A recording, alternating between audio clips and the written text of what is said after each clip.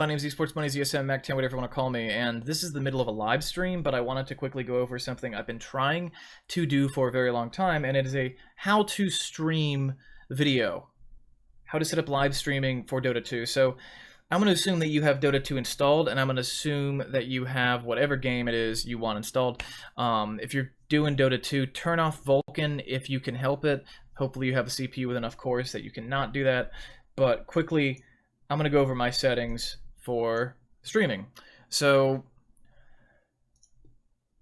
general English output, automatically record when these are all pretty self-explanatory, so I'm not really going to go into these. But over stream, pick your streaming services, and you're going to want to pick one. Restream.io is a big one that will let you do multiple, but typically I do YouTube Live. So output, this is your video bitrate.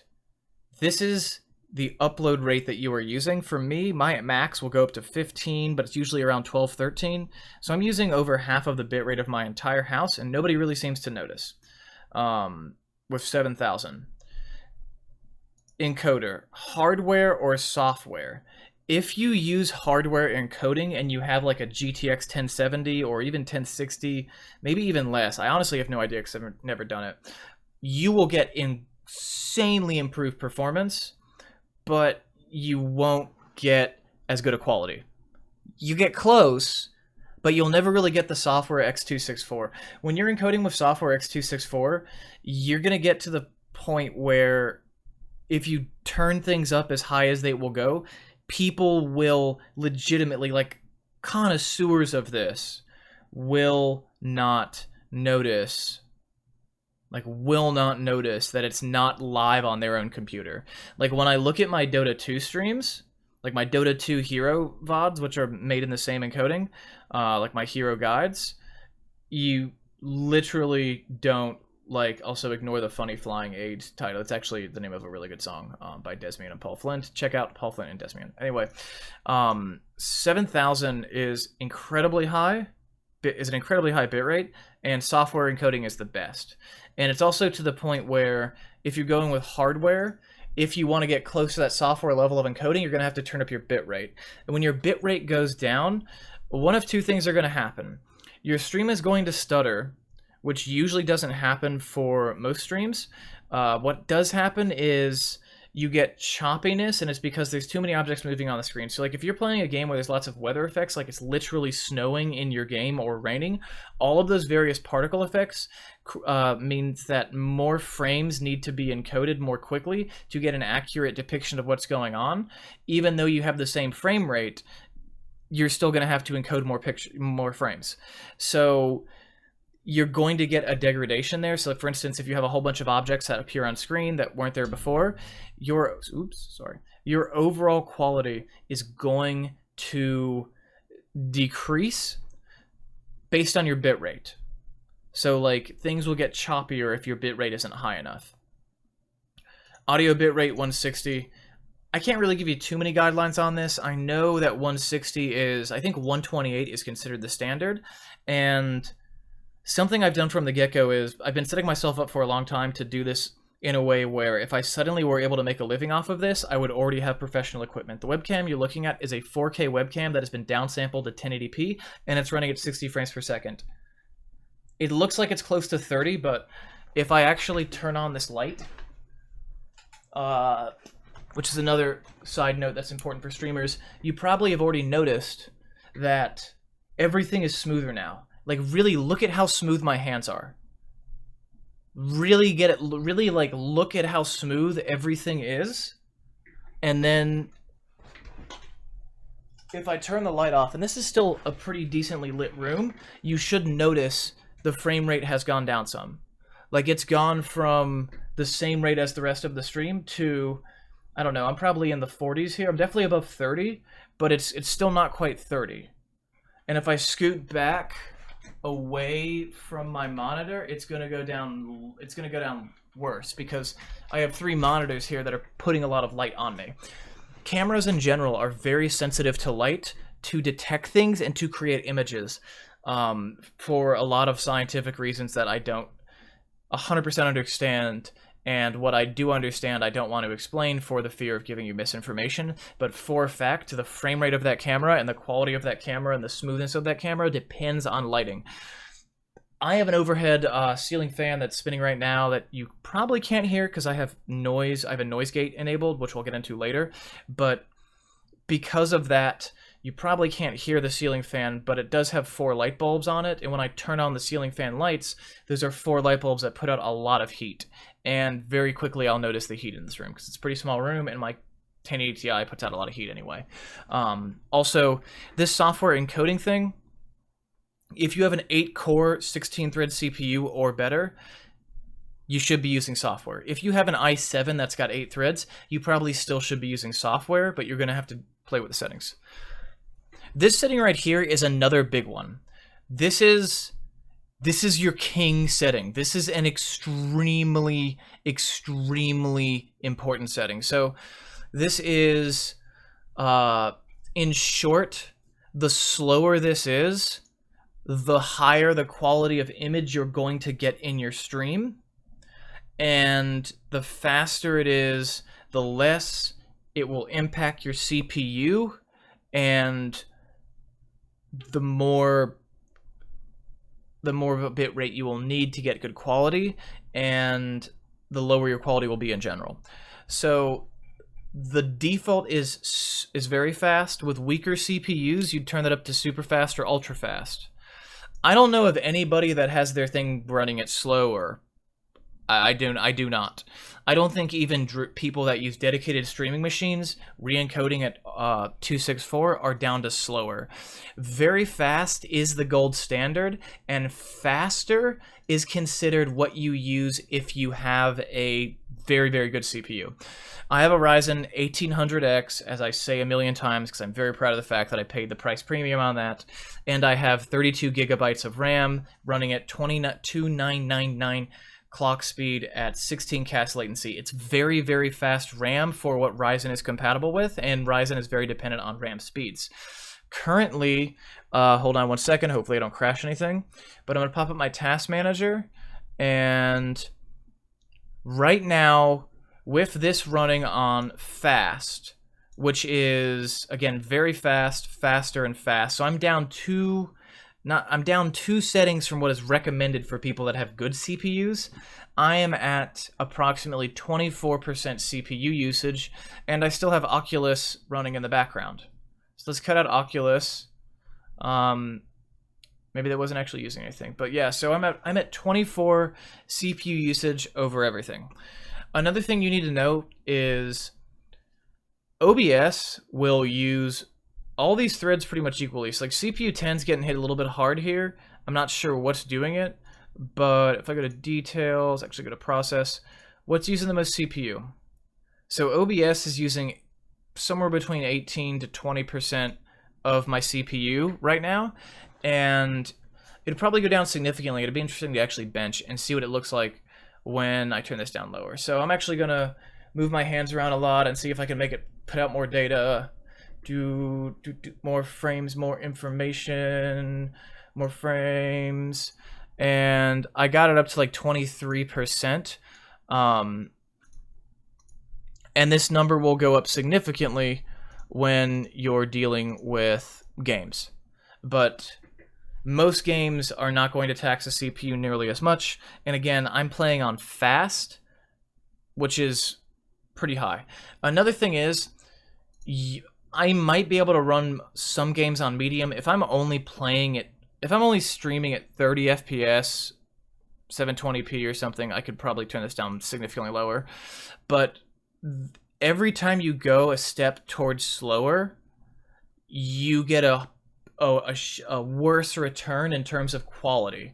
So very fast is the ideal in terms of like your CPU might be able to run it, and your and the quality is good enough. Faster, you will notice a change going from very fast to faster. If you look closely, you'll see a change. Going from faster to fast, you might see a change. In some instances, you'll see a change. The only reason I have mine set to fast is because my CPU is overkill. I would recommend very fast, and if you feel comfortable with it, go down to faster. If you have a Ryzen 1700 and you're overclocking it, try going down to fast. If you can hit the same clock speeds that I'm at like, it says max speed 3.6 gigahertz, but like really this thing boosts up to like 3.9 on all cores, and then occasionally, yeah, see, it changes a little bit. Some of my CPUs will bump up to like 4.1 gigahertz because I'm not DOCP, I think it's what it's called, BLCK. I'm not BLCK overclocking, so I actually have the ability to do XLR, and I actually don't overclock this processor because I want the ability to boost up to 4.1 gigahertz on specific cores for single-threaded workloads. RAM is not as big of a deal. OBS is using like 1.2 gigs of memory, so that's not very much. Overall, I am using a huge amount of RAM right now, and I have no idea why. Honestly, I have no idea why. So this is standby. Oh, okay, so half of this RAM is RAM that was used by stuff that just hasn't been cleared, because technically your RAM is not truly cleared until you restart your computer. So this is probably left over from Other Sons. From Other Sons. But the 13.5 is in use. But if I take OBS and all of Firefox out, then I'm down to like 9 gigs, which is still a heck of a lot, but there are a lot of Windows system tasks using it too. So don't read too much into memory. Your system will optimize for that a little bit. I would say you don't want to be streaming if you don't have 16 gigs. So let's go to audio. Audio is sample rate. I'm going at 48 kilohertz because it's the highest I can do. Channels, stereo, highest I can do. It's the highest you can do without paying for specific codecs, so do it. I don't think there's a drawback to doing that. Video. So I can't turn anything off, but you have downscaled resolution and base resolution. So my base resolution is basically what I want to actually be recorded. And that's my monitor. So like I could have it record my monitor if it were a 4K monitor at this resolution, and then that would be like what it's actually rendering to save power on it. And then the scaled resolution, what it's going out is what is actually being seen. So like for instance, if you're a Twitch streamer, because this output 7000 is above the limit for people on Twitch. The limit on Twitch is like 5 or 6K versus YouTube has no limit, which is why I use YouTube, because I can have the highest quality stream possible. With this, downscaling your resolution is a big deal in terms of saving you CPU power, and most of all, saving you a shitload of bandwidth. If you don't have good internet, it's a big deal. If you don't have a CPU that's strong enough to carry all this weight, it's a big deal. And the downscale filter, I can't tell you too much about because I don't downscale, and I haven't in a long time. I just don't. Most people stream at 1080-30 if you're playing a game that's locked at 30 FPS, or you don't mind lower frame rates. Or you play at 720p at 60 frames per second, because 720p at 6, because technically speaking, you're doubling the resolution when you go from 720 to 1080, I believe 720p versus 1080p.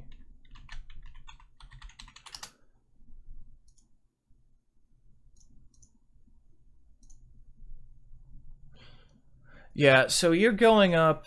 Yeah, you're essentially doubling it. Yeah, so. Yeah, you're essentially doubling your resolution when you go from when you go to 1080. I'm pretty sure that's doubling. So you're doubling the demand. You're not quadrupling the demand like you do when you go from 1080 to 4K, but you're essentially doubling the demand. And because you're doubling the demand there, this means that if you roll back 1080 to 720 and double your frame rate, then you're doing the same thing as you would be at 1080-30, which, because of the bandwidth restrictions, it's why you see on Twitch, people typically do 1080p 30 or they do 720p 60, and most people prefer 720p 60 with a dedicated capture card that will do hardware encoding that looks pretty decent and doesn't cause them latency, and they can do it at 720-30. I want the absolute highest quality product I can get. YouTube is a good enough platform. I would say they're the second best platform in terms of streaming compared to Twitch. So I use 1080p at 60 FPS. I have the best of both worlds, and I paid a massive tax on it because I have really good internet and really absurd hardware. Hotkeys, pretty straightforward. Process priority. Don't mess with this, because if you turn the process priority above normal or turn it to high, other things in your system will start to lag to the point where it might not be playable. So it might be worth tinkering in a few situations, but I wouldn't. The renderer, Direct3D 11, is great. Stick with that. Basically just stick with this stuff. So a couple of things. So now we're looking at an infinite web of me and my OBS. If you go to desktop audio, you go to properties, you can set which device is currently in use. I have to do this all the time because, I mean, I don't do that all the time, but typically speaking, I either want it to be recording nothing or I want it to be recording headphones, and my headphones are plugged in through an emulated surround sound plug that plugs into USB that I have these headphones plugged into. In terms of microphone, properties, same thing. Now here's where we get into some pretty crazy stuff. So you can apply filters to your desktop, but I just have my desktop suppressed slightly. That's it. I don't really do much with that. Doesn't actually need it at all. Mic, on the other hand, filters, gain and noise suppression. So gain is different from volume. Gain is increasing what is being detected versus volume is just turning up the tone of what's being detected. So typically speaking, I do most of my gain on the hardware end with my amp, but I do a very tiny amount of gain here. Noise suppression, gain is also something that unless you, like, as long as you go to recording devices and then go to whatever your mic is, so that's built into my webcam, but this is what I'm using here. Go to properties, go to levels. I keep mine at 98 because I typically want it at 100%, but I also am sketchy about having everything at 100, so I have it a couple percent below. Very important to think about. So usually, if that's the case, you won't have to use gain. If for whatever reason your levels are correct, but you're still quiet, then you use gain. Noise suppression. Now, this is something that you absolutely need to have with a microphone in 99% of situations. Mine's turned up a little bit high, probably too high, because it hurts your quality of audio ever so slightly. It hurts quality of audio ever so slightly. And the reason being is because noise suppression means that things under minus, I don't think it actually translates into things under 27 decibels, but things under a certain volume will be completely cut out. I'm actually going to change this. I'm going to turn this down some. 22, close. And so let me know in the chat if there was a increase in the quality of my voice, the clarity of my voice. But so what this does, filters. So what this noise suppression does is sounds under a certain level, depending on how high you turn this up, will be filtered out and not detected. And so there are parts of your voice that aren't detected if you turn this up, if you use this feature, depending on how high you turn it. There are certain subtle qualities of your voice. And these, you might think, well, that's a bad thing, but really the goal of a microphone is, no matter how tired your voice might sound, like mine does now, because it's like 7 a.m. and about to go to bed, but the fact of the matter is you want your voice to be as true to life as possible when you're streaming. And turning this up hurts it. but it's better than the trade-off, because the trade-off here is I have a desk fan, I have a ceiling fan above me, and I have a small fan in the corner of my room on low, and sometimes in the summer I'll have an AC unit here. And with this AC unit blasting full speed, I can turn my suppression levels up to close to 40, and you can still clearly hear me while the AC unit is roaring less than 4 feet from this microphone. So suppression levels are very, very important. Noise suppression is very, very important because it cuts out all the background noise. It cuts out all the things that are in your stream that you don't want. As far as specifically streaming DotA goes, bring this guy back up. So for me, I have something called DotA only. I have esports money static in my camera. My camera's typically unplugged when I do my DotA videos. And I have, it's Carnage Chronicles, new DotA. And what this is a, wants to treat like Firefox. Actually, I'm going to cancel on there. But what it will do is it basically just picks a full screen window. So you can go to plus. You can use game capture, but I've always found game capture to be very buggy. There are people that love it and there are people that hate it. I'm personally someone that hates it. Go and use window capture. And then hit add existing and you'll have a list of open windows. Pick your DotA window and go with it. You can use game capture or window capture alongside, where was I? Alongside, with Vulkan, if you have Vulkan installed. But if you guys remember back in the day, I had a thing where sometimes my stream would flash in and out, or I'd be playing a game and I'd play for 5 or 10 minutes and my stream would be like, your screen is black, your screen is black, your screen is black. And that's a bug that happens when you're dealing with Vulkan. It's a Vulkan specific bug that pretty much only affects streamers.